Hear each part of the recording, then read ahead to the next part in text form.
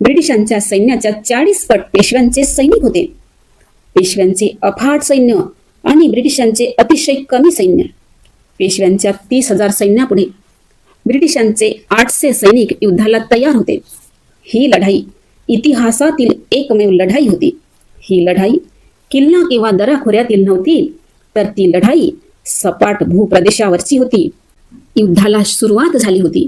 ब्रिटिशांच्या महार बटालियन मधला एक सैनिक पेशव्यांच्या 40-50 सैनिकांसोबत लढत होता.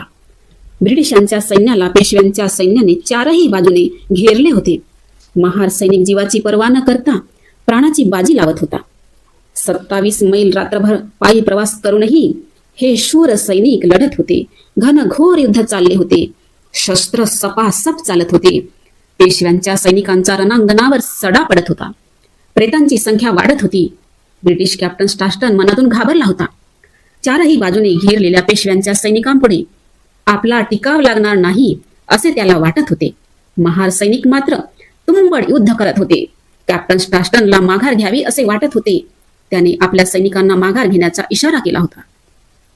तेव्हा महार सैनिक खवळले.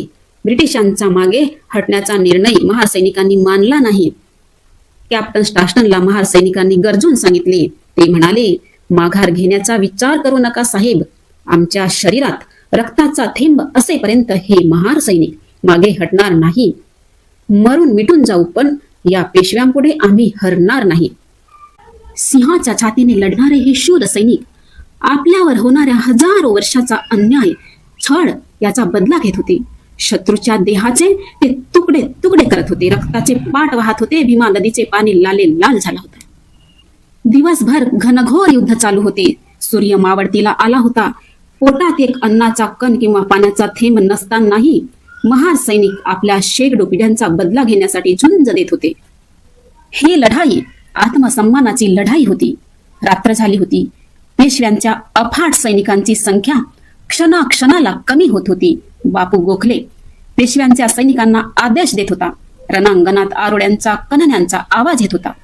एवढ्यातच बापू गोखलेचा ज्येष्ठ पुत्र या तुंबड युद्धामध्ये ठार झाला ही बातमी वाऱ्यासारखी भीमा नदीच्या तीरावर पसरली.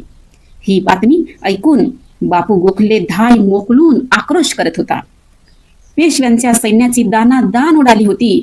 पराभव पदरात घेऊन पेशव्यांचे सैन्य वाट दिसेल तिकडे पळत होते. 1 जानेवारी 1818 या दिवशी रात्री 9 वाजता हे युद्ध संपले. शहीद झालेल्या सैनिकांना मानवंदना देऊन विजयी मुकुट हातात घेऊन महार सैनिक पुण्याकडे येत आहेत हे ऐकून